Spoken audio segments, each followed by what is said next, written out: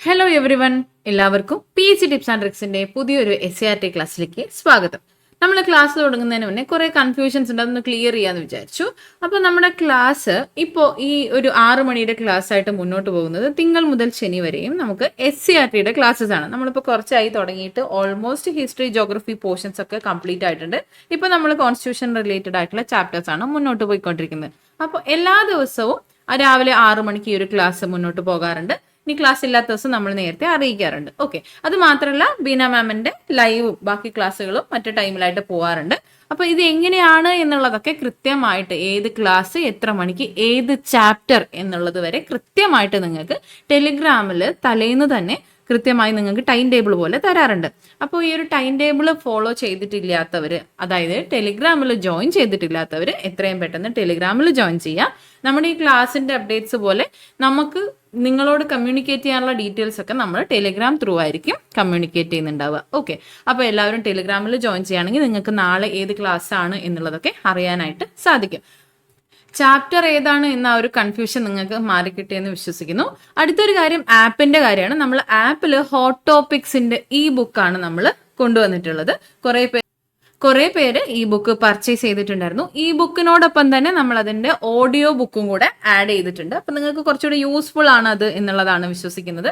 അതുപോലെ തന്നെ നമ്മൾ അടുത്ത് ഉടനെ തന്നെ കൊണ്ടുവരാൻ പോകുന്ന ഒന്നാണ് നമ്മൾ ഈ SCRTയുടെ SCRTയുടെ ബുക്കാണ് നമ്മൾ കൊണ്ടുവരുന്നത്. അതുപോലെ തന്നെ SCRTക്കും ഹോട്ട് ടോപ്പിക്സിലെ പോലെ നമ്മൾ ഓഡിയോ നോട്ടും കൊടുക്കുന്നുണ്ട്. ഓക്കെ, അപ്പൊ നമ്മുടെ ഈ ഒരു യൂട്യൂബ് ചാനലിലൂടെ SCRTയുടെ ക്ലാസ്സസ് കൊടുക്കുന്നുണ്ട്. ആപ്പ് വഴി നമ്മൾ SCRTയുടെ ബുക്കാണ് കൊടുക്കുന്നത്. ഓക്കെ, ക്ലാസ്സസ് അല്ല. അങ്ങനെ എന്തെങ്കിലും ഒരു മിസ്അണ്ടർസ്റ്റാൻഡിങ് ഉണ്ടായിട്ടുണ്ടെങ്കിൽ അത് ക്ലിയർ ചെയ്യാണ്. ഇവിടെ നമ്മൾ ബുക്കാണ് ആപ്പ് ത്രൂ കൊടുക്കുന്നത്. ബുക്കിന്റെ ഓഡിയോ നോട്ടും കൂടെ ആഡ് ഓൺ ആയിട്ട് നമ്മൾ ആപ്പിൽ ഉണ്ടാവും. ഓക്കെ, പർച്ചേസ് ചെയ്യുമ്പോൾ നിങ്ങൾക്ക് അത് കാണാനായിട്ട് പറ്റും. എന്തെങ്കിലും ഇഷ്യൂസോ മറ്റു കാര്യങ്ങളോ ഒക്കെ ഉണ്ടെങ്കിൽ ഹെൽപ്പ് ലൈൻ നമ്പർ ഉണ്ട്, അതുവഴി നിങ്ങൾക്ക് അത് ക്ലാരിഫൈ ചെയ്യാവുന്നതാണ്. ഓക്കെ, അപ്പോൾ അത് ക്ലിയർ ആണല്ലോ. യൂട്യൂബിലൂടെ നമ്മൾ ക്ലാസ്സസ് കൊടുക്കുന്നുണ്ട്, ആപ്പിലൂടെ നമ്മൾ ബുക്കും ബുക്കിന്റെ ഓഡിയോ നോട്ടും ആണ് കൊടുക്കുന്നത്. ക്ലിയർ ആണല്ലോ. അപ്പോൾ മാക്സിമം അതൊക്കെ ഒന്ന് യൂട്ടിലൈസ് ചെയ്ത് പഠിക്കാൻ നിങ്ങൾക്ക് എന്തായാലും അതൊക്കെ ഹെൽപ്ഫുൾ ആയിരിക്കും. ക്ലിയർ ആണല്ലോ. ഓക്കെ, അപ്പൊ നമ്മൾ ന്യൂ SAT സീരീസിലെ ഇന്നത്തെ ക്ലാസ് 7th സ്റ്റാൻഡേർഡുള്ള സാമൂഹ്യശാസ്ത്രം ഭാഗം 2 ചാപ്റ്റർ ആണ്. നിങ്ങൾക്ക് ഏത് ചാപ്റ്റർ ആണ് എന്നുള്ളത് നിങ്ങൾ കൃത്യമായിട്ട് ക്ലാസ് ഫോളോ ചെയ്യുന്ന ഒരാൾക്ക് മനസ്സിലാവുണ്ടാവും. നമ്മൾ പറഞ്ഞതുപോലെ തന്നെ തിങ്കൾ മുതൽ ശനി വരെ ന്യൂ SATയുടെ ക്ലാസ്സസ് ആണ് രാവിലെ 6 മണിക്ക് നമ്മൾ കൊടുത്തുകൊണ്ടിരിക്കുന്നത്. ഇൻ കേസ് എന്തെങ്കിലും ചേഞ്ച് സംഭവിച്ചാൽ തന്നെ നമ്മൾ ടെലിഗ്രാമിലൂടെ അത് അറിയിക്കുന്നതായിരിക്കും. നിങ്ങൾക്കത് തലേന്ന് തന്നെ പ്രിപ്പയർഡ് ആയിട്ട് ഇരിക്കാനായിട്ടും പറ്റും.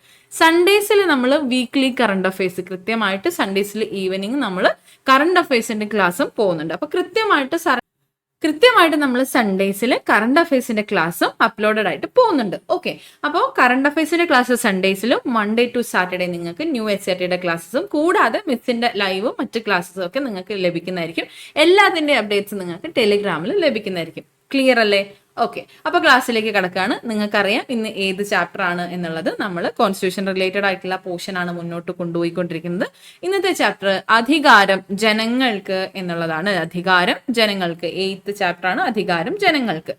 നമ്മുടെ ഇന്ത്യയില് അധികാര വികേന്ദ്രീകരണത്തിന്റെ ഏറ്റവും താഴ്ന്ന ഒരു തലം എന്ന് പറയുന്നത് ഗ്രാമസഭകളാണ്. ഈ ഗ്രാമസഭകളുടെ പ്രാധാന്യം, അതുപോലെ അധികാര വികേന്ദ്രീകരണത്തില് ഗാന്ധിയൻ ആശയങ്ങളുടെ പ്രസക്തി, നമ്മൾ കഴിഞ്ഞ ക്ലാസ്സിൽ ഗാന്ധിയൻ ആശയങ്ങളും മറ്റു കാര്യങ്ങളൊക്കെ പറഞ്ഞിട്ടുണ്ടായിരുന്നു. അധികാര വികേന്ദ്രീകരണം എങ്ങനെ പ്രാവർത്തികമാക്കുന്നതിനായിട്ട് ഇന്ത്യയിൽ നിയോഗിക്കപ്പെട്ടിട്ടുള്ള കമ്മിറ്റികൾ, അതുപോലെ ഭരണഘടന നടത്തിയിട്ടുള്ള ഇടപെടലുകൾ പോലെയുള്ള കാര്യങ്ങളൊക്കെയാണ് നമ്മുടെ ഇന്നത്തെ ഈ ഒരു ചാപ്റ്ററിൽ നമ്മൾ പഠിക്കാനായിട്ട് പോകുന്നത്. ഓക്കെ, അപ്പോൾ ആദ്യം ഇവിടെ തന്നിട്ടുള്ളത് വികസനത്തിന്റെ പൂക്കോട്ടുമല മാതൃക എന്ന് പറഞ്ഞിട്ട് പൂക്കോട്ടുമല ഗ്രാമത്തിനെ കുറിച്ചുള്ള വാർത്താ തലക്കെട്ടുകളാണ് ഇവിടെ നൽകിയിട്ടുള്ളത്. നമുക്ക് നോക്കാം. ഒരു ഉദാഹരണം പോലെയാണിവ. ഓരോ വാർഡിലും ഊർജ പാർക്കുകൾ. പൂക്കോട്ടുമല 1ാം വാർഡ് ഇനി സമ്പൂർണ്ണ മാലിന്യ മുക്തം. പൂക്കോട്ടുമല 5ാം വാർഡിൽ ഇന്ന് പച്ചത്തുരുത്ത് പദ്ധതി ഉദ്ഘാടനം. പൂക്കോട്ടുമല 11ാം വാർഡ് ഇന്ന് ഫിലമെന്റ് രഹിത ഗ്രാമമായി പ്രഖ്യാപിക്കും. ജനകീയ സമിതിയുടെ പരിശ്രമം ഫലം കണ്ടു. പൂക്കോട്ടുമല ഇനി സമ്പൂർണ്ണ തരിശുരഹിത ഗ്രാമം. ഇങ്ങനെ ജനങ്ങളുടെ പങ്കാളിത്തം കൊണ്ട് സുസ്ഥിര പുരോഗതി കൈവരിച്ച ഗ്രാമമാണ് പൂക്കോട്ടുമല. ഇവിടെ ഉദാഹരണമായി പറഞ്ഞിട്ടുള്ളതിൽ നമുക്ക് മനസ്സിലാക്കാം ഭക്ഷ്യ സ്വയം പര്യാപ്തത, തണ്ണീർത്തട വികസനം, എല്ലാ വാർഡുകളിലും പച്ചത്തുരുത്തുകൾ, തരിശുരഹിത ഗ്രാമം, ജലസമൃദ്ധി പദ്ധതി, ഫിലമെന്റ് രഹിത ഗ്രാമം തുടങ്ങി അനവധി വികസന പ്രവർത്തനങ്ങളാണ് തദ്ദേശ സ്വയംഭരണ സ്ഥാപനങ്ങളുടെ പങ്കാളിത്തത്തോടെ വിവിധ വാർഡുകളിലായിട്ട് നടപ്പിലാക്കിയിട്ടുള്ളത്. ഇത്തരത്തിൽ ഒരു മികച്ച വികസനം കാഴ്ചവെക്കാനായിട്ട് ഈ ഗ്രാമസഭയ്ക്ക്, ഈ ഗ്രാമത്തിന്, പൂക്കോട്ടുമല എന്ന ഗ്രാമത്തിന് സാധിച്ചതിന് കാരണം ഇവിടെ പറയുന്നത് ഗ്രാമസഭകളിലെ മികച്ച ജനപങ്കാളിത്തവും ആസൂത്രണവും ഉദ്യോഗസ്ഥരുടെ കൃത്യമായ ഇടപെടലും മേൽനോട്ടവും ജനങ്ങളുടെ അർപ്പണ മനോഭാവവുമാണ് എന്നുള്ളതാണ്. അപ്പൊ ഇവിടെ നമുക്ക് ഒരു ഉദാഹരണം എന്ന പോലെ പൂക്കോട്ടുമല ഗ്രാമം, അതിന്റെ വികസന മാതൃക, അവിടെ സംഭവിച്ചിട്ടുള്ള വികസന പ്രവർത്തനങ്ങൾ, അതിന് കാരണമൊക്കെ നമ്മൾ പറഞ്ഞു. ഇവിടെ നിന്ന് എന്താണ് നമ്മൾ മനസ്സിലാക്കേണ്ടത്? ഗ്രാമസഭകളിലെ മികച്ച ജനപങ്കാളിത്തവും ആസൂത്രണവും ഉദ്യോഗസ്ഥരുടെ കൃത്യമായ ഇടപെടൽ, മേൽനോട്ടം, ജനങ്ങളുടെ അർപ്പണ മനോഭാവം എന്നൊക്കെ പറഞ്ഞിട്ടുണ്ട്. ഇവയെല്ലാം കൂടി ചേരുമ്പോഴാണ് ഒരു വികസന പാത നമുക്ക് തുറന്നു കിട്ടുന്നത്, അല്ലെ?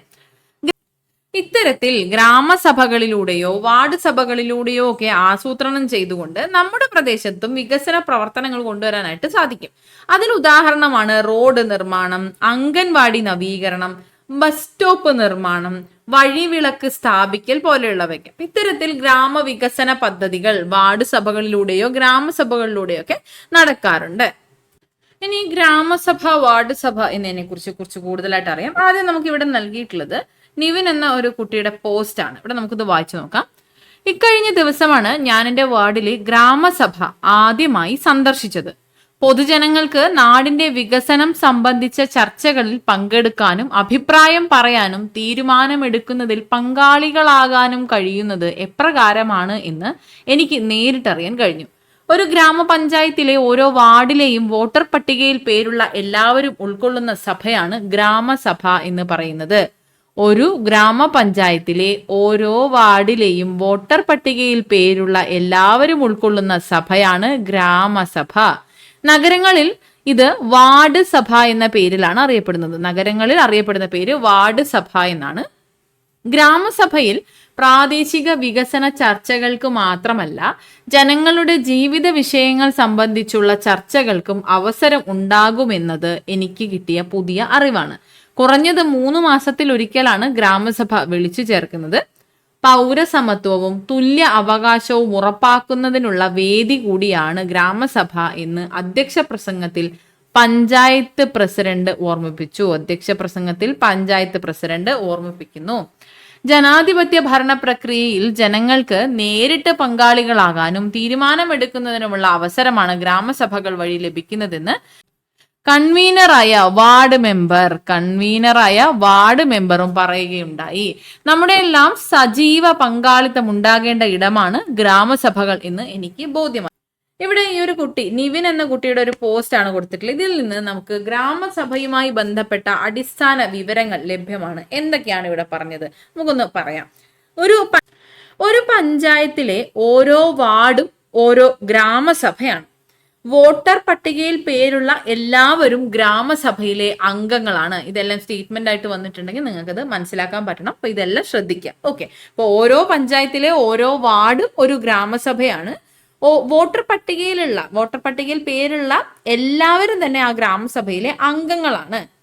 പഞ്ചായത്തി രാജിന്റെ ഏറ്റവും ചെറിയ ഘടകമായിട്ടുള്ള ഗ്രാമസഭകൾ ഇങ്ങനെ രൂപീകരിച്ചിട്ടുള്ളത് ഭരണഘടനയുടെ 243A പ്രകാരമാണ്. 243A ആർട്ടിക്കിൾ പ്രകാരമാണ് ഗ്രാമസഭകൾ രൂപീകരിച്ചിട്ടുള്ളത്. പിന്നെ ഇവിടെ പറഞ്ഞതുപോലെ തന്നെ ഗ്രാമസഭയുടെ കൺവീനർ ആരാണ്? വാർഡ് മെമ്പറാണ്. ഗ്രാമസഭയുടെ കൺവീനർ വാർഡ് മെമ്പറാണ്. പിന്നെ ഗ്രാമസഭ വിളിച്ചു ചേർക്കുന്നതും കൺവീനർ തന്നെയാണ്. വാർഡ് മെമ്പർ ആയിട്ടുള്ള കൺവീനർ തന്നെയാണ്. ഗ്രാമസഭ വിളിച്ചു ചേർക്കുന്നതും വാർഡ് മെമ്പർ തന്നെയാണ്. ഗ്രാമസഭ വിളിച്ചു ചേർക്കുന്നത് വാർഡ് മെമ്പറാണ്. ഗ്രാമസഭയിൽ അധ്യക്ഷ സ്ഥാനം വഹിക്കുന്നത് പഞ്ചായത്ത് പ്രസിഡന്റാണ്. ഇവിടെ മെൻഷൻ ചെയ്തിട്ടുണ്ട്, പഞ്ചായത്ത് പ്രസിഡന്റാണ്. അദ്ദേഹത്തിന്റെ അഭാവത്തിൽ വൈസ് പ്രസിഡന്റ് ആയിരിക്കും അധ്യക്ഷ സ്ഥാനം വഹിക്കുന്നത്.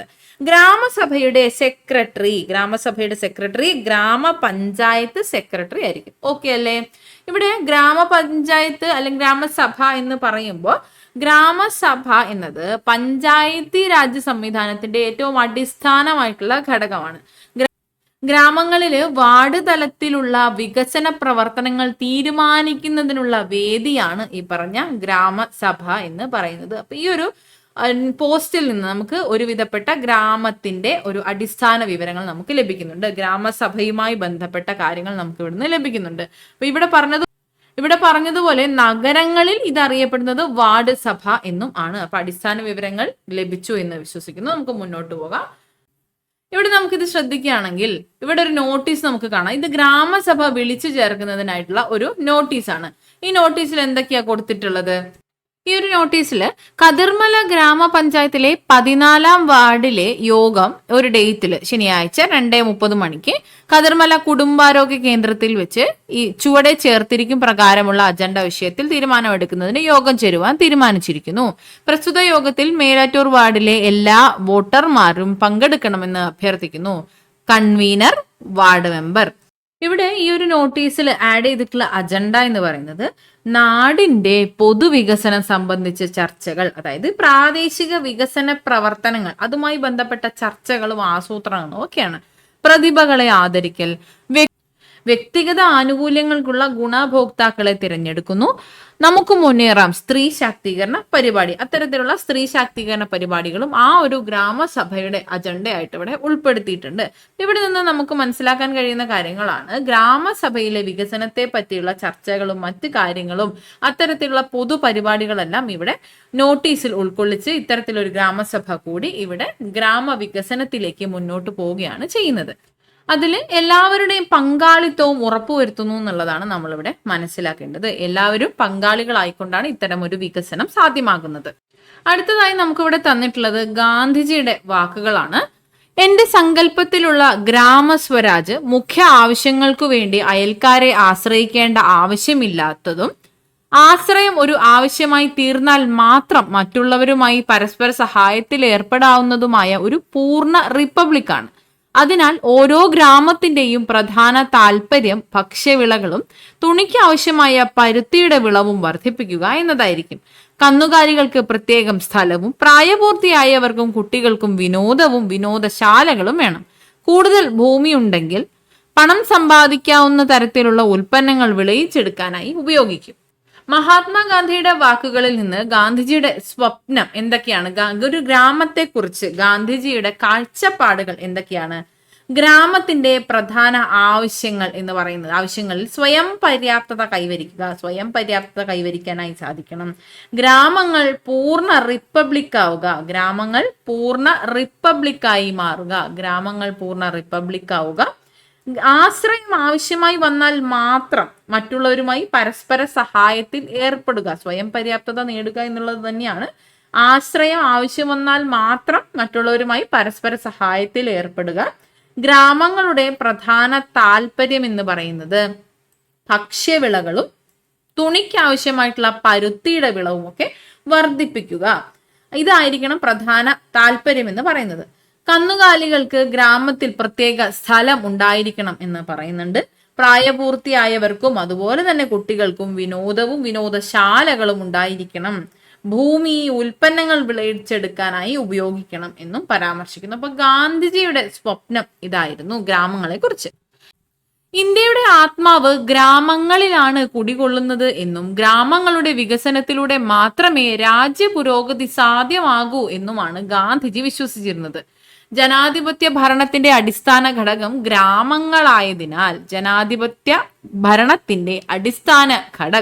ഗ്രാമങ്ങളായതിനാൽ പഞ്ചായത്തുകളുടെ അധികാരം എത്രത്തോളം വർദ്ധിക്കുന്നുവോ അത്രത്തോളം അത് ജനക്ഷേമകരമായിരിക്കും.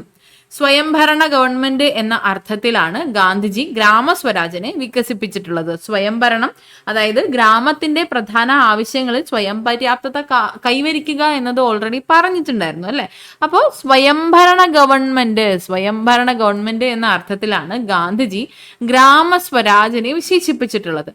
ഗാന്ധിജി കണ്ട സ്വപ്നം ഗ്രാമസ്വരാജിൽ നടപ്പിൽ വരുത്തുന്നതിനുള്ള മാർഗമാണ് അധികാര വികേന്ദ്രീകരണം എന്നതുകൊണ്ട് ഉദ്ദേശിക്കുന്നത്. അതായത് ഗ്രാമങ്ങളിലേക്ക് അധികാരം വികേന്ദ്രീകരിക്കപ്പെടുമ്പോഴാണ് ഗ്രാമസ്വരാജ് എന്ന സങ്കല്പം പൂർണ്ണമായി മാറുന്നത്. ഒരു സ്വയം പര്യാപ്തത കൈവരിക്കത്തക്ക വിധത്തിൽ ഗ്രാമസ്വരാജ് എന്ന ആശയം വികസിച്ചു വരണമെങ്കിൽ അവിടെ അധികാര വികേന്ദ്രീകരണം സംഭവിക്കണം എന്നുള്ളതാണ്. അപ്പോൾ എങ്ങനെയാണ് അധികാര വികേന്ദ്രീകരണം വരുന്നത്? അപ്പൊ ആദ്യം നമുക്ക് ഇവിടെ നൽകിയിട്ടുള്ള കുറച്ച് ഹെഡിങ്ങുകൾ നോക്കാം.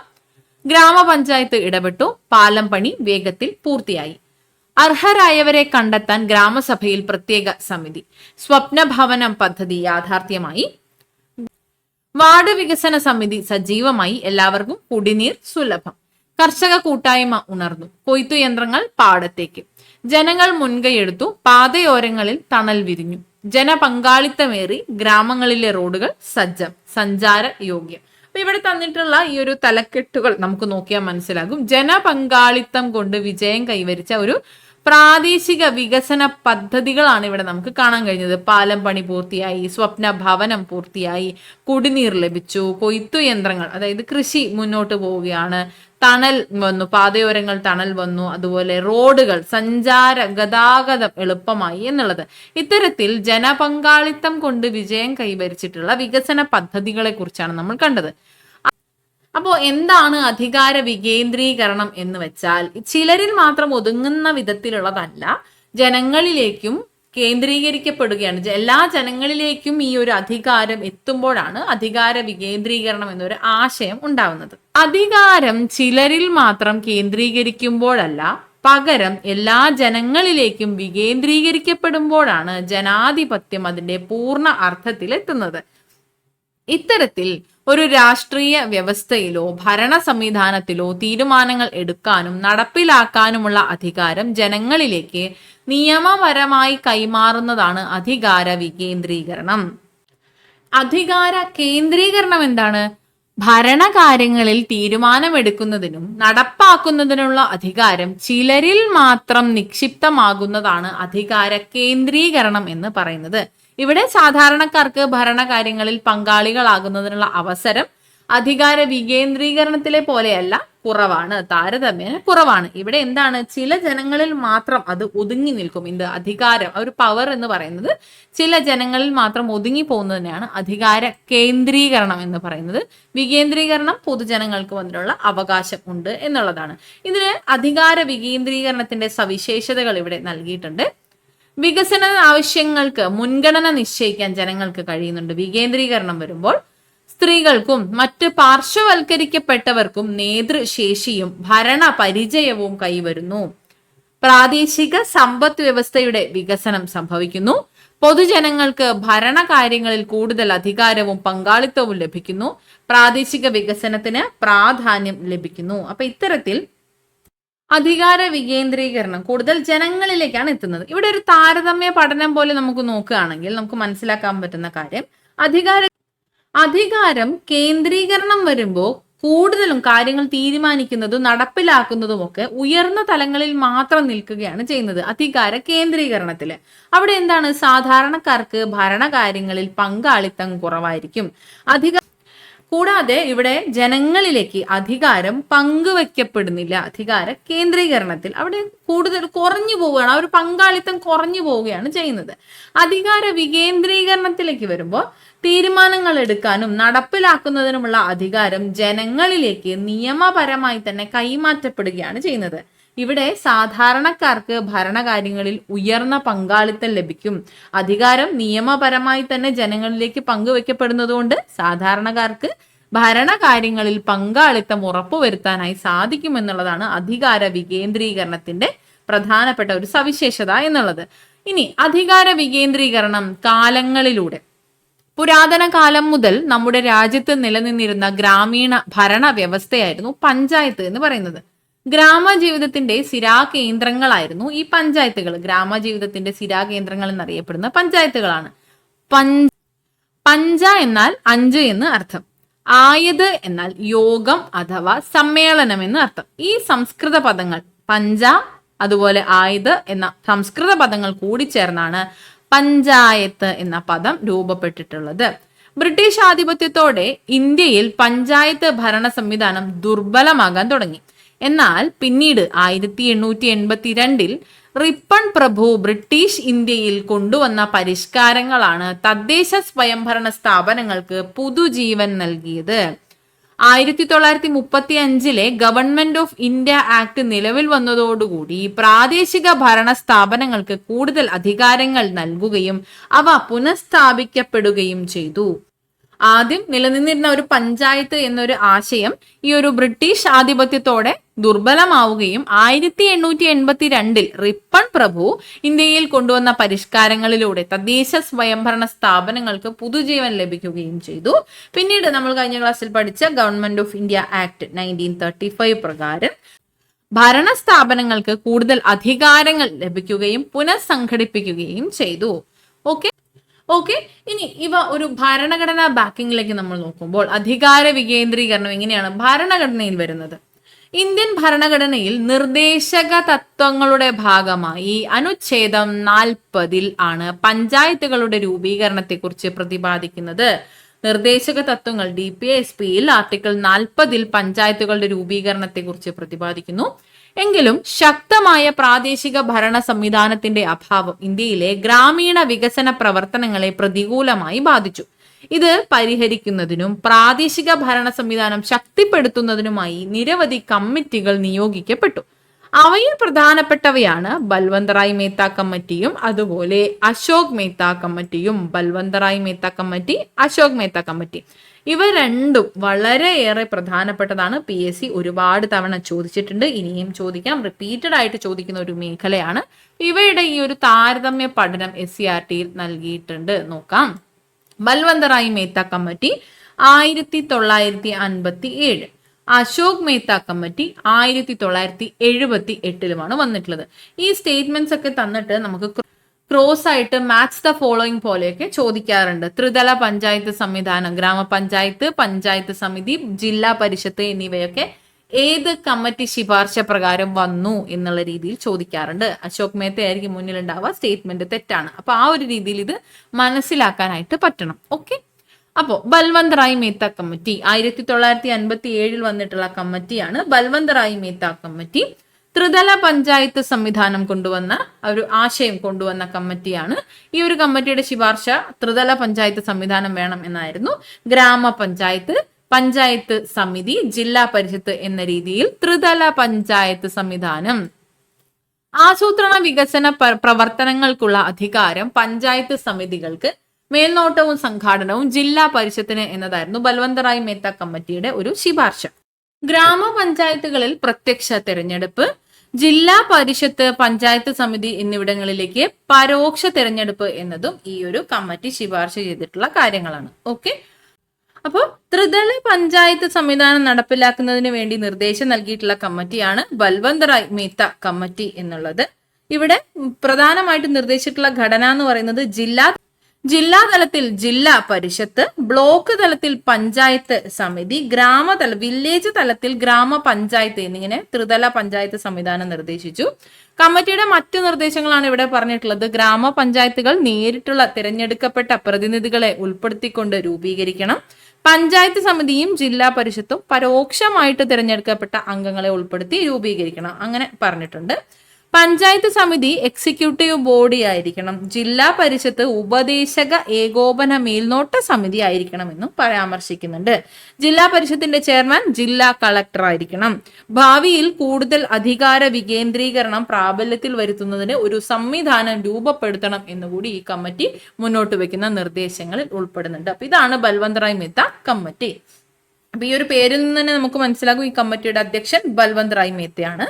ഇന്ത്യൻ പഞ്ചായത്ത് രാജ് സംവിധാനത്തിന്റെ ശില്പി എന്നും ഇന്ത്യൻ പഞ്ചായത്ത് രാജ് സംവിധാനത്തിന്റെ പിതാവ് എന്നും അറിയപ്പെടുന്ന വ്യക്തിയാണ് ബൽവന്ത് റായ് മേത്ത. ഓക്കെ, അടുത്തത് അശോക് മേത്ത കമ്മിറ്റി. ശുപാർശ 1978 അശോക് മേത്ത കമ്മിറ്റി 1977 ഡിസംബറിൽ ജനതാ സർക്കാർ നിർമ്മിച്ചിട്ടുള്ള കമ്മിറ്റിയാണ്. ശുപാർശ വരുന്നത് 1978 ആണ് എന്നുള്ളതാണ്. ഈ കമ്മിറ്റിയുടെ അധ്യക്ഷൻ ആരാണ്, ചെയർമാൻ ആരാണ്? പേര് പോലെ തന്നെ അശോക് മേത്തയാണ്. ഇവർ മുന്നോട്ട് വെച്ചിട്ടുള്ള പ്രധാനപ്പെട്ട ശുപാർശകളാണ് ഇവിടെ നൽകിയിട്ടുള്ളത്. ദ്വിതല പഞ്ചായത്ത് സംവിധാനം കൊണ്ടുവന്നിട്ടുള്ളത് അശോക് മേത്തയാണ്. അശോക് മേത്ത ദ്വിതല പഞ്ചായത്ത് സംവിധാനം കൊണ്ടുവന്നു. മണ്ഡൽ പഞ്ചായത്ത്, ജില്ലാ പരിഷത്ത് എന്നിങ്ങനെ രണ്ട് ദ്വിതലത്തിലാണ് പഞ്ചായത്ത് സംവിധാനം വേണമെന്ന് ഈ അശോക് മേത്ത കമ്മിറ്റി ശുപാർശ ചെയ്യുന്നത്. മറ്റ് നിർദ്ദേശങ്ങളാണ് ജില്ലാ പരിഷത്തിനായിട്ടും ജില്ലാതല ആസൂത്രണ ചുമതല, മണ്ഡൽ പഞ്ചായത്തുകൾക്ക് ഗ്രാമങ്ങളുടെ ചുമതല എന്നിവ നൽകുന്നു. പഞ്ചായത്ത് സ്ഥാപനങ്ങൾക്ക് ഭരണഘടന സാധുത ഉറപ്പുവരുത്തുന്നു. പട്ടികജാതി പട്ടികവർഗ സംവരണവും ഉറപ്പുവരുത്തുന്നു. ഇതൊക്കെയായിരുന്നു ഈ ഒരു കമ്മിറ്റിയുടെ പ്രധാനപ്പെട്ട ശുപാർശകൾ. ജില്ലാതല പദ്ധതികളുടെ ആസൂത്രണവും ഉത്തരവാദിത്വവും ജില്ലാ പരിഷത്തിന്റെ മേൽനോട്ടത്തിലായിരിക്കണമെന്ന് പറഞ്ഞിട്ടുണ്ട്. പഞ്ചായത്ത് തിരഞ്ഞെടുപ്പിന്റെ എല്ലാ തലങ്ങളിലും രാഷ്ട്രീയ പാർട്ടികളുടെ ഔദ്യോഗിക പങ്കാളിത്തം ഉണ്ടായിരിക്കണം. സ്വന്തം സാമ്പത്തിക സ്രോതസ്സുകൾ സമാഹരിക്കുന്നതിന് വേണ്ടിയിട്ട് പഞ്ചായത്ത് രാജ് സ്ഥാപനങ്ങൾക്ക് നിർബന്ധിത നികുതി അധികാരം ഉണ്ടായിരിക്കണം എന്ന് പറയുന്നുണ്ട്. ഇവിടെ പറഞ്ഞതുപോലെ പട്ടികജാതി പട്ടികവർഗങ്ങൾക്കുള്ള സീറ്റുകൾ അവരുടെ ജനസംഖ്യയുടെ അടിസ്ഥാനത്തിൽ സംവരണം ചെയ്യപ്പെടണം എന്ന് പറഞ്ഞിട്ടുണ്ട്. എങ്ങനെയാണ്? അവരുടെ ജനസംഖ്യയുടെ അടിസ്ഥാനത്തിലാണ് സംവരണം ആവശ്യമായിട്ടുള്ളത്.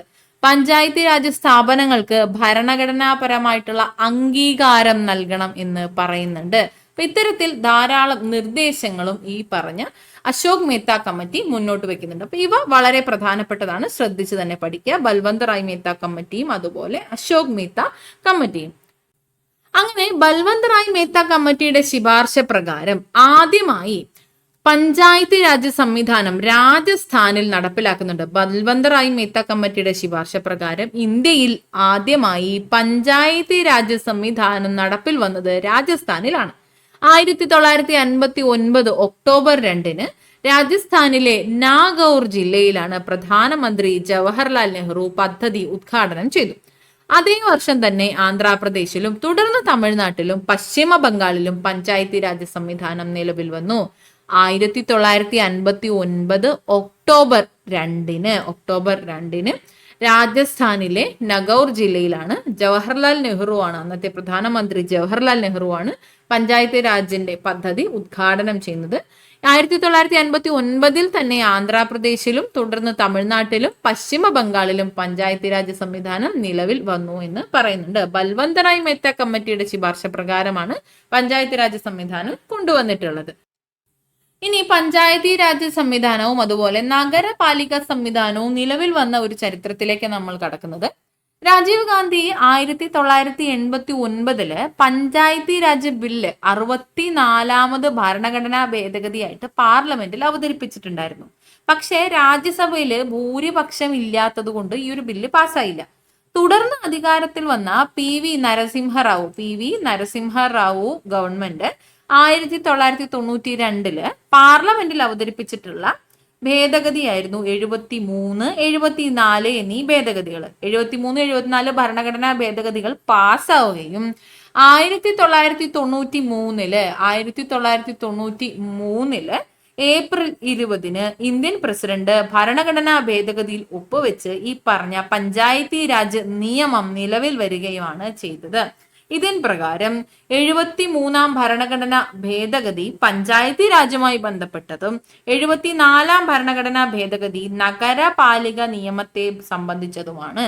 ഓക്കെ, അധികാര വികേന്ദ്രീകരണവുമായി ബന്ധപ്പെട്ടിട്ടുള്ള വിവിധ കമ്മിറ്റികളുടെ ശുപാർശകൾ രാജ്യവ്യാപകമായി നടപ്പിലാക്കുന്നതിലെ കാലതാമസം തദ്ദേശ സ്വയംഭരണ സ്ഥാപനങ്ങളുടെ ശാക്തീകരണത്തിനും കൂടാതെ ഏകീകൃത ഘടനയ്ക്കും തടസ്സമായി. അതിനാൽ തദ്ദേശ സ്വയംഭരണ സ്ഥാപനങ്ങൾക്ക് ഭരണഘടനാ സാധുത നൽകുവാനായിട്ട് തീരുമാനിക്കുകയാണ് ചെയ്തത്. അങ്ങനെ തദ്ദേശ സ്വയംഭരണ സ്ഥാപനങ്ങൾക്ക് ഭരണഘടനാ സാധുത ലഭിക്കുന്നു. 1992 73, 74 ഭരണഘടനാ ഭേദഗതികൾ പ്രകാരം തദ്ദേശ സ്വയംഭരണ സ്ഥാപനങ്ങൾക്ക് കൂടുതൽ അധികാരങ്ങൾ ലഭ്യമായി. ഇതിൻ പ്രകാരം 73-ാം ഭരണഘടനാ ഭേദഗതിയിലൂടെ പഞ്ചായത്തി രാജ് നിയമവും 74-ാം ഭരണഘടനാ ഭേദഗതിയിലൂടെ നഗരപാലിക നിയമവും നിലവിൽ വന്നു. അപ്പൊ ആ രണ്ട് നിയമത്തിന്റെ ആ ഒരു സംവിധാനത്തിന്റെ ഈ ഒരു താരതമ്യ പഠനമാണ് ഇവിടെ നൽകിയിട്ടുള്ളത്. 73-ാം ഭരണഘടനാ ഭേദഗതി പഞ്ചായത്തി രാജ് സംവിധാനമാണ് കൊണ്ടുവന്നിട്ടുള്ളത്. 74-ാം ഭരണഘടനാ ഭേദഗതി പ്രകാരം നഗരപാലിക സംവിധാനവും കൊണ്ടുവന്നു. അപ്പൊ നോക്കാം. പഞ്ചായത്തി രാജ് സംവിധാനം 73-ാം ഭരണഘടനാ ഭേദഗതിയിലൂടെ കൊണ്ടുവന്നത് 1993 ഏപ്രിൽ 24-നാണ്. ഗ്രാമസഭകളുടെ രൂപീകരണം കൊണ്ടുവന്നു. ഇതേ സമയം 74-ാം ഭരണഘടനാ ഭേദഗതി നഗരപാലിക സംവിധാനം കൊണ്ടുവന്നിട്ടുള്ളത് 1993 തന്നെയാണ്. ജൂൺ 1-നാണ് നിലവിൽ വന്നിട്ടുള്ളത്. അവിടെ വാർഡ് സഭകളുടെ രൂപീകരണമാണ്. നഗരപാലികയാണ്, മുനിസിപ്പാലിറ്റിയാണ്, വാർഡ് സഭകളുടെ രൂപീകരണം. പഞ്ചായത്ത് രാജിൽ ഭരണഘടനാ കാലാവധി 5 വർഷമാണ്. നഗരപാലികയിലും 5 വർഷം തന്നെയാണ്. പട്ടികജാതി പട്ടികവർഗ സംവരണം ഏർപ്പെടുത്തിയിട്ടുണ്ട്. 2 സംവിധാന പ്രകാരവും വനിതാ സംവരണവും ഒരുപോലെ തന്നെ ഏർപ്പെടുത്തിയിട്ടുണ്ട്. ഇവിടെ വ്യത്യാസം വരുന്ന ഒരു കാര്യം എന്ന് പറയുന്നത് ത്രിതല പഞ്ചായത്ത് സംവിധാനം എന്നുള്ളതാണ്. ത്രിതല പഞ്ചായത്ത് സംവിധാനമാണ് ഈ പറഞ്ഞ പഞ്ചായത്ത് രാജ് സംവിധാനത്തിൽ വരുന്നത്. ഗ്രാമപഞ്ചായത്ത്, ബ്ലോക്ക് പഞ്ചായത്ത്, ജില്ലാ പഞ്ചായത്ത്. എന്നാൽ ഇവിടെ നഗരപാലിക സംവിധാനത്തിൽ 2 തരം തദ്ദേശ ഭരണ സ്ഥാപനങ്ങളാണ് വരുന്നത്. ഒന്ന് നഗർ പഞ്ചായത്ത്, മുനിസിപ്പൽ കൗൺസിൽ എന്നതാണ്. നഗർ പഞ്ചായത്തും മറ്റേത് മുനിസിപ്പൽ കൗൺസിലുമാണ്. കേരളത്തിൽ മുനിസിപ്പാലിറ്റി അല്ലെങ്കിൽ കോർപ്പറേഷൻ ആണ് ഉള്ളത്. ഓക്കെ, അപ്പൊ ഈ ഒരു കാര്യത്തിൽ മാത്രമാണ് ഇവിടെ ഒരു വ്യത്യാസം ഉള്ളത്. ബാക്കിയുള്ള കാര്യങ്ങളെല്ലാം സെയിം ആണ്. തിരഞ്ഞെടുപ്പ് ചുമതല സംസ്ഥാന തിരഞ്ഞെടുപ്പ് കമ്മീഷനാണ് 2 ഇടത്തും വരുന്നത്. 5 വർഷത്തിലൊരിക്കൽ ധനകാര്യ കമ്മീഷൻ, അതും ഈ 2 ഇടങ്ങളിലും പഞ്ചായത്ത് രാജിലും നഗരപാലിക സംവിധാനത്തിലും സെയിം ആയിട്ട് തന്നെയാണ് വരുന്നത്. ഇവിടെ നമുക്ക് കേരളത്തിലെ തദ്ദേശ സ്വയംഭരണ സ്ഥാപനങ്ങളുടെ ഒരു ഘടന മനസ്സിലാക്കുന്നതിനായിട്ട് തന്നിട്ടുണ്ട്. നമ്മൾ നേരത്തെ പഠിച്ച ഒരു ടാബ്ലർ ഫോമിനെ ഒന്നുകൂടെ മനസ്സിലാക്കുന്ന വിധത്തിലാണ് നൽകിയിട്ടുള്ളത്. പഞ്ചായത്തി രാജ് സംവിധാനം, അതിന് ചുവടെയായിട്ട് ജില്ലാ പഞ്ചായത്ത്, ബ്ലോക്ക് പഞ്ചായത്ത്, ഗ്രാമപഞ്ചായത്ത് എന്നിങ്ങനെയാണ് ഘടന വരുന്നത്. നഗരപാലിക സംവിധാനത്തിലേക്ക് വരുമ്പോൾ 2 തരത്തിലാണ്. മുനിസിപ്പൽ കൗൺസിലും മുനിസിപ്പൽ കോർപ്പറേഷനുമാണ് വരുന്നത്. മുനിസിപ്പാലിറ്റി, കോർപ്പറേഷൻ എന്നിങ്ങനെ 2 തരത്തിലാണ് വരുന്നത്. അതാണ് നമ്മളിവിടെ നേരത്തെ വ്യക്തമാക്കിയിട്ടുള്ളത്. ഇനി കേരളത്തിലെ ജനകീയ ആസൂത്രണം. 73-74 ഭരണഘടനാ ഭേദഗതികളെ തുടർന്ന് 1996 കേരളം നടപ്പിലാക്കിയ അധികാര വികേന്ദ്രീകരണ പ്രക്രിയയാണ് ജനകീയ ആസൂത്രണം എന്ന പേരിൽ അറിയപ്പെടുന്നത്. ജനകീയ ആസൂത്രണം അധികാര വികേന്ദ്രീകരണ പ്രക്രിയയാണ്. ഈ ഒരു ജനകീയ ആസൂത്രണ സംവിധാനത്തിലൂടെ പ്രാദേശിക ഭരണ സംവിധാനത്തിന് കൂടുതൽ അധികാരങ്ങളും ചുമതലകളും നൽകാനായിട്ട് സാധിച്ചു. ഇത് നടപ്പിലാക്കുന്നതിന് ആവശ്യമായിട്ടുള്ള ഉദ്യോഗസ്ഥർ, സ്ഥാപനങ്ങൾ, ഫണ്ട് എന്നിവയൊക്കെ ലഭ്യമാക്കുന്നതിനും ജനകീയ ആസൂത്രണം ഒരു കാരണമായി എന്നുള്ളതാണ്. ഇത്തരത്തിൽ ഉദ്യോഗസ്ഥരെയും സ്ഥാപനങ്ങളെയും ഫണ്ടും ഒക്കെ ലഭ്യമാകുന്നതിനായിട്ട് ഈ ഒരു അധികാര വികേന്ദ്രീകരണം കാരണമായിട്ടുണ്ട്. ഈ ഭരണഘടനാ ഭേദഗതികളുടെ ഫലമായി തദ്ദേശ സ്വയംഭരണ സ്ഥാപനങ്ങളിൽ 33% സ്ത്രീ സംവരണം ഏർപ്പെടുത്തിയിട്ടുണ്ടായിരുന്നു. 2005 പഞ്ചായത്തി രാജ് ആക്ട് ഭേദഗതിയിലൂടെ തദ്ദേശ സ്വയംഭരണ സ്ഥാപനങ്ങളിലെ സ്ത്രീ പ്രാതിനിധ്യം പിന്നീട് 50% ഉയർത്തി. തദ്ദേശ സ്വയംഭരണ സ്ഥാപനങ്ങളുടെ പദ്ധതി വിഹിതത്തിൽ 10% സ്ത്രീകൾക്ക് മാത്രമുള്ള പദ്ധതികൾക്കായി മാറ്റിവെക്കുന്നുണ്ട്. അങ്ങനെ ഇത്തരത്തിൽ കാര്യക്ഷമമായ അധികാര വികേന്ദ്രീകരണ പ്രക്രിയയാണ് കേരളത്തിലുടനീളം നടക്കുന്നത്. അങ്ങനെ രാജ്യത്തിന് മാതൃകയായി മാറുകയാണ് നമ്മുടെ കേരളം എന്ന് പറയുന്നത്. അപ്പൊ കേരളം രാജ്യത്തിന് മാതൃകയായി മാറുകയാണ് ചെയ്യുന്നത്. ഇവിടെ നൽകിയിട്ടുള്ളത് ഒരു ബോർഡാണ്. തദ്ദേശ സ്വയംഭരണ സ്ഥാപനങ്ങൾക്ക് മുന്നിൽ പ്രദർശിപ്പിച്ചിട്ടുള്ള ബോർഡാണ്. ഇവിടെ നൽകിയിട്ടുള്ള വിവരങ്ങൾ നമുക്ക് വായിക്കാം. ജനന മരണങ്ങൾ രജിസ്റ്റർ ചെയ്യൽ, സ്ഥിതി വിവര കണക്കുകൾ ശേഖരിക്കൽ, പ്രാഥമിക വിദ്യാലയങ്ങളുടെ മേൽനോട്ടവും ചുമതലയും, മാതൃശിശു വികസനം, കെട്ടിട നിർമ്മാണത്തിന് അനുമതി നൽകൽ, പരമ്പരാഗത ജലസ്രോതസ്സുകൾ സംരക്ഷിക്കൽ, മാലിന്യ നിർമ്മാർജ്ജനം, വളർത്തു നായ്ക്കൾക്ക് ലൈസൻസ് നൽകൽ തുടങ്ങിയവയാണ് ഇവിടെ നൽകിയിട്ടുള്ളത്. ഇവിടെ നിന്ന് നമ്മൾ മനസ്സിലാക്കേണ്ടത് ഇത്തരത്തിലുള്ള സേവനങ്ങളും മറ്റുമാണ് നമ്മുടെ തദ്ദേശ സ്വയംഭരണ സ്ഥാപനങ്ങളിൽ നിന്ന് നമുക്ക് ലഭിക്കേണ്ടത്. ഇവയൊക്കെയാണ് ഇവിടുത്തെ ചുമതലകളും സേവനങ്ങളും എന്ന് പറയുന്നത്. അതിനുശേഷം നമുക്കിവിടെ ഒരു കോൺവെർസേഷൻ പോലെ തന്നിട്ടുണ്ട്. വരുമാനം വിവിധ സ്രോതസ്സുകളിലൂടെ എന്ന് പറഞ്ഞിട്ട് മിഴി എന്നൊരു കുട്ടി ചോദിക്കുകയാണ്, മുത്തശ്ശി, ഇന്ന് ഞങ്ങൾ പഞ്ചായത്തിലെ ചുമതലകളെ കുറിച്ച് പഠിച്ചല്ലോ. മുത്തശ്ശി, ആഹാ, എന്തൊക്കെ കാര്യങ്ങൾ പഠിച്ചു? മിഴി സാംക്രമിക രോഗങ്ങൾ തടയുക, ജലാശയങ്ങൾ സംരക്ഷിക്കുക, ജനന മരണങ്ങൾ രജിസ്റ്റർ ചെയ്യുക, അങ്ങനെ പലതും. മുത്തശ്ശി മുൻപ് പഞ്ചായത്ത് പ്രസിഡന്റ് ആയിരുന്നല്ലോ. ഇതൊക്കെ ചെയ്യുവാനുള്ള വരുമാനം പഞ്ചായത്തിന് എവിടെ നിന്നാണ് ലഭിക്കുന്നത്? അപ്പൊ ഇവിടെ നമ്മൾ പറയുന്നത് ഇത്തരത്തിൽ വിവിധ തരത്തിലുള്ള സ്രോതസ്സുകളിലൂടെ വരുമാനം ലഭിക്കുന്നത് പഞ്ചായത്തിന്റെ വരുമാനത്തെ കുറിച്ചാണ്. അപ്പോ മുത്തശ്ശി പറയാണ്, മിടുക്കി, നല്ല ചോദ്യം. പഞ്ചായത്തിന് വിവിധ തരം വരുമാന മാർഗങ്ങളുണ്ട്. ഉദാഹരണത്തിന് കേന്ദ്ര സംസ്ഥാന ഗവൺമെന്റുകളിൽ നിന്ന് ലഭിക്കുന്ന ഫണ്ടുകളും ഗ്രാന്റുകളും ഉണ്ട്. കൂടാതെ കെട്ടിട നികുതി, തൊഴിൽ നികുതി, വിനോദ നികുതി തുടങ്ങി പലതരം നികുതികളിൽ നിന്നും പഞ്ചായത്തുകൾക്ക് വരുമാനം ലഭിക്കുന്നുണ്ട്. അപ്പൊ പഞ്ചായത്തിന് വരുമാനം ലഭിക്കുന്ന മാർഗങ്ങളാണ് കേന്ദ്ര സംസ്ഥാന ഗവൺമെന്റുകളിൽ നിന്ന് ലഭിക്കുന്ന ഫണ്ടുകൾ, ഗ്രാന്റുകൾ, വിവിധ തരത്തിലുള്ള നികുതികൾ, അതായത് കെട്ടിട നികുതി, തൊഴിൽ നികുതി, വിനോദ നികുതി പോലെയുള്ളവയൊക്കെ.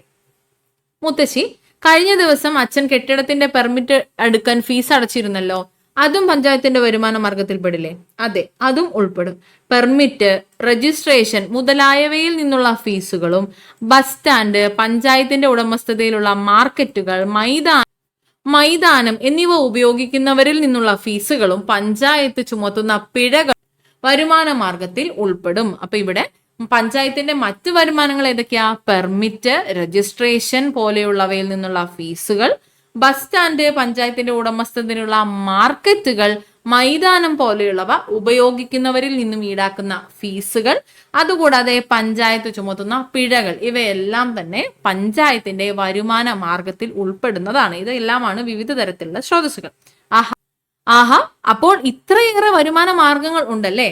ഉണ്ട്. പക്ഷെ ഓരോ പഞ്ചായത്തും സ്ഥിതി ചെയ്യുന്ന പ്രദേശത്തിന്റെ സ്വഭാവം അനുസരിച്ച് വരുമാനത്തിൽ വ്യത്യാസം വരും എന്നത് ശ്രദ്ധിക്കണം, മറക്കണ്ട. പ്രാദേശിക വികസനം സാധ്യമാകണമെങ്കിൽ പഞ്ചായത്തിന് ധാരാളം വരുമാനം വേണം. ഇത് മാത്രമല്ല, സർക്കാർ അംഗീകാരത്തോടെ വിവിധ തരം വായ്പകളും ഗുണഭോക്താക്കളിൽ നിന്ന് ഈടാക്കുന്ന വിഹിതങ്ങളും നിബന്ധനകളോടുകൂടി സ്വീകരിക്കുന്ന സംഭാവനകളും വരുമാനത്തിൽ ഉൾപ്പെടുന്നുണ്ട്.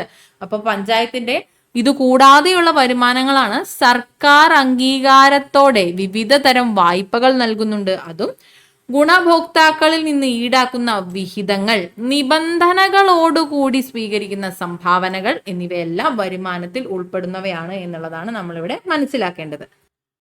ഇത്തരത്തിൽ അധികാര വികേന്ദ്രീകരണം കൊണ്ടുവരുമ്പോൾ അവിടെ പ്രതിസന്ധികളും വെല്ലുവിളികളും ഒക്കെ സ്വാഭാവികമാണ്. നമുക്ക് അവയെക്കുറിച്ച് നോക്കാം. അധികാര വികേന്ദ്രീകരണത്തിലൂടെ കേരളം ജനകീയ ആസൂത്രണം ഉൾപ്പെടെ ഏറെ നേട്ടങ്ങൾ സ്വായത്തമാക്കി എങ്കിലും നിരവധി വെല്ലുവിളികളും നേരിടുന്നുണ്ട്.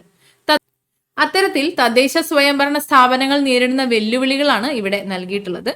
അധികാര വികേന്ദ്രീകരണം 1/4 നൂറ്റാണ്ട് പിന്നിടുമ്പോൾ നേട്ടങ്ങൾ മാത്രം ഉയർത്തിപ്പിടിക്കാതെ പരിമിതികൾ കൂടി തിരിച്ചറിഞ്ഞ് കൂടുതൽ കാര്യക്ഷമമായി പ്രവർത്തിക്കേണ്ടത് അനിവാര്യമാണ്. തദ്ദേശ സ്വയംഭരണ സ്ഥാപനങ്ങൾ നേരിടുന്ന വെല്ലുവിളികളും പ്രശ്നങ്ങളുമാണ് ഇവിടെ നൽകിയിട്ടുള്ളത്. ഒന്നാമതായിട്ട് പറയാം, പദ്ധതി വിഹിതം സമയബന്ധിതമായി ലഭിക്കാത്ത അവസ്ഥ. പദ്ധതി വിഹിതം സമയബന്ധിതമായി ലഭിക്കാതെ വരുമ്പോൾ, സമയക്രമം പാലിക്കാതെ വരുമ്പോൾ അതൊരു വലിയ പ്രശ്നമായി മാറുന്നു. അത് വികേന്ദ്രീകരണം പൂർണ്ണമായും നടക്കപ്പെടാത്ത അവസ്ഥ. വികേന്ദ്രീകരണം എന്നാൽ ജനങ്ങളുടെ പങ്കാളിത്തം ഉറപ്പാക്കലാണ് എന്ന് നമ്മൾ പഠിച്ചിട്ടുണ്ടായിരുന്നു. അപ്പൊ ഇത്തരത്തിൽ വികേന്ദ്രീകരണം എന്നത് എല്ലാ അർത്ഥത്തിലും പൂർണ്ണമായും നടപ്പാക്കാതെ വരുന്ന സാഹചര്യം ഒരു വെല്ലുവിളി ഉയർത്തുന്ന സാഹചര്യം തന്നെയാണ്.